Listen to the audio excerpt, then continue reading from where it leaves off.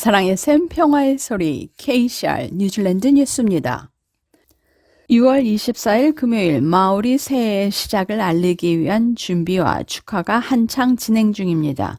오클랜드 스타돔에서 열리는 6분간의 조명쇼는 마오리의 새해를 알리는 성단에 스포트라이트를 비추어 마타리키의 핵심 가치를 조명하고 있습니다.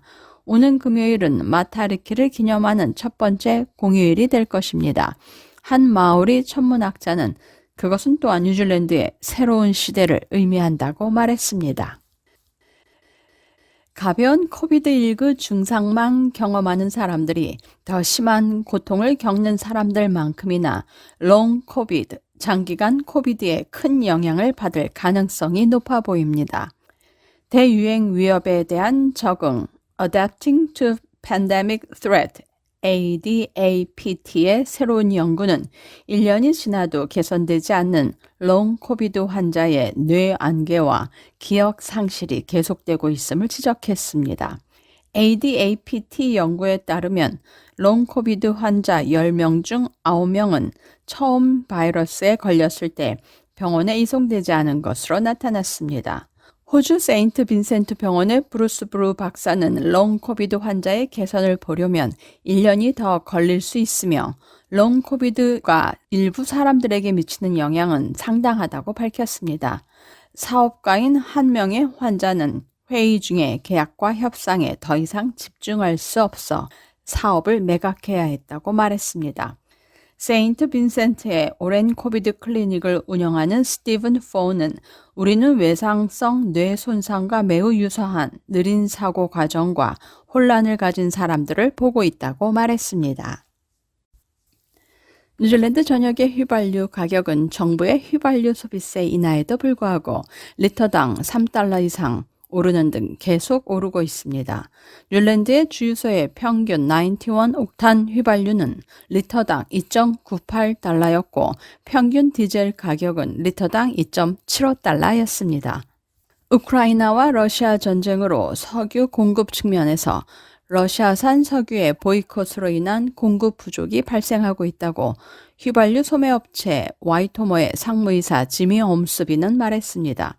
옴스비는 지난달 AM과의 인터뷰에서 가격 상승은 수그러들 기미가 없어 보이며 가격 상승은 현재 원유의 수급 불균형에 기인한 것이라고 말했습니다. 소비자들이 91 휘발유의 높은 가격을 피하는 것을 돕기 위해 뉴스허브는 6월 19일 일요일 가격 추적 앱 게스파이 근거로 뉴질랜드의 대도시들 중 일부에서 연료 가격이 가장 싼 주유소를 찾았습니다.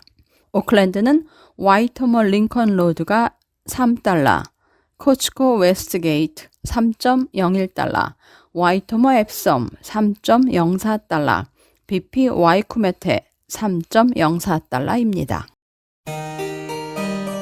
다이너스픽에서 NGQ에서 승인한 무료 영어 코스를 준비하세요. 한국어 문의는 027-514-6408로 하시면 됩니다. 감사합니다. 뉴질랜드의 취업비자와 학생비자의 수는 국경이 개방되면서도 계속 감소하고 있습니다. 최근 MBI 경영혁신고용부 통계에 따르면 뉴질랜드의 취업비자 수는 5월 말 14만 1,702명으로 작년 4월 말 14만 9,304명과 작년 5월 말 18만 6,306명으로 감소했습니다. 광범위한 국경 규제가 처음 도입된 2020년 3월 22만 734명으로 정점을 찍은 이후 취업비자 인구가 7만 9,032명, 35.8%가 감소했다는 의미입니다. 외국인 학생 수도 계속 줄어드는데 5월 말 학생 비자로 뉴질랜드에서 32,178명을 기록했고 그 수는 2020년 2월 이후 82,977명에서 61.1%인 57,799명이 감소했습니다. 그러나 뉴질랜드의 외국인 노동자와 학생들의 수가 곧 다시 증가하기 시작할 수 있다는 초기 징후들이 있습니다. 취업비자 승인 건수는 지난 5월 23,238건, 4월 32,505 356건으로 높은 수준이며 학생 비자 승인 건수도 4월 387건에서 5월 1344건으로 처음 급증했습니다. 지난 12개월 동안 한 달에 약 300에서 400명의 학생 비자가 승인됐습니다. 한 경제 전문 기자는 경기 침체의 우려에도 불구하고 지금이 임금 인상을 요구할 절호의 기회라고 말합니다. 최근 GDP 수치는 뉴질랜드의 국내 총 생산이 2022년 1분기 0.2% 하락한 이후 경기 침체가 코앞에 닥쳤다는 우려를 불러일으켰습니다. 불확실한 경제 상황에도 불구하고 비즈니스 저널리스트 버나드 히키는 인플레이션이 만연하고 인력이 부족한 지금이 임금 인상을 요구할 절호의 기회라고 말했습니다. 뉴스 오브 네이션의 진행자인 사이먼 셰퍼드가 키위가 인플레이션에 걸맞게 6.9%의 인상을 요구해야 하는지 묻자 히키는 그렇다고 대답했습니다.